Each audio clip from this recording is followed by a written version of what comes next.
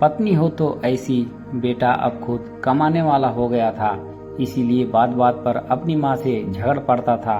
ये वही माँ थी जो बेटे के लिए पति से भी लड़ जाती थी, मगर अब फाइनलेसी इंडिपेंडेंट बेटा पिता के कई बार समझाने पर भी इग्नोर कर देता और कहता, यही तो उम्र है शौक की, खाने पहनने की, जब आपकी तरह मुंह में दांत और पेट में आत ही नहीं रहेगी तो क्या करूँगा। बहू खुशबू भी भरे पूरे परिवार से आई थी, इसीलिए बेटे की गृहस्थी की खुशबू में रम गई थी। बेटे की नौकरी अच्छी थी तो फ्रेंड सर्किल उसी हिसाब से मॉडर्न थी। बहू को अक्सर वह पुराने स्टाइल के कपड़े छोड़कर मॉडर्न बनने को कहता, मगर बहू मना कर देती। वो कहता, कमाल करती हो तुम, आजकल सारा जमाना ऐसा करता है, मैं क्या कुछ नया कर रहा हूँ, तुम्हारे सुख के लिए सब कर रहा हूँ और तुम हो कि उन्हीं पुराने विचारों में अटकी हो। क्वालिटी लाइफ क्या होती है तुम्हें मालूम ही नहीं।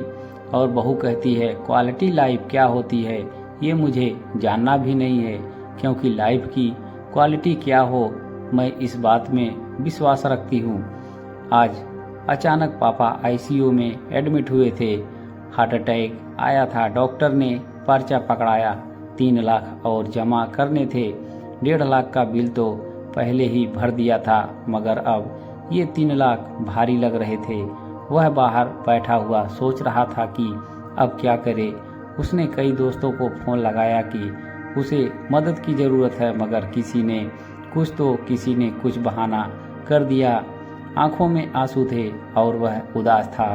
तभी खुशबू खाने का टिफिन लेकर आई और बोली, अपना ख्याल रखना भी जरूरी है, ऐसे उदास होने से क्या होगा, हिम्मत से काम लो, बाबूजी को कुछ नहीं होगा, आप चिंता मत करो, कुछ खा लो, फिर पैसों का इंतजाम भी तो करना है आपको। मैं यहाँ बाबूजी के पास रुकती हूँ, आप खाना खाकर पैसों का इंतजाम कीजिए।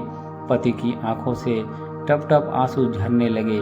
कहा ना, आप चिंता मत कीजिए, जिन दोस्तों के साथ आप मॉडर्न पार्टियां करते हैं आप उनको फ़ोन कीजिए, देखिए तो सही कौन कौन मदद को आता है। पति खामोश और सूनी निगाहों से जमीन की तरफ देख रहा था कि खुशबू का हाथ उसकी पीठ पर आ गया और वह पीठ को सहलाने लगी। सबने मना कर दिया, सबने कोई ना कोई बहाना बना दिया। खुशबू, आज पता चला कि ऐसी दोस्ती जब तक है जब तक जेब में पैसा है। किसी ने भी हाँ नहीं कहा, जबकि उनकी पार्टियों पर मैंने लाखों उड़ा दिए। इसी दिन के लिए बचाने को तो माँ बाबा कहते थे। खैर कोई बात नहीं, आप चिंता ना करो, हो जाएगा सब ठीक। कितना जमा कराना है?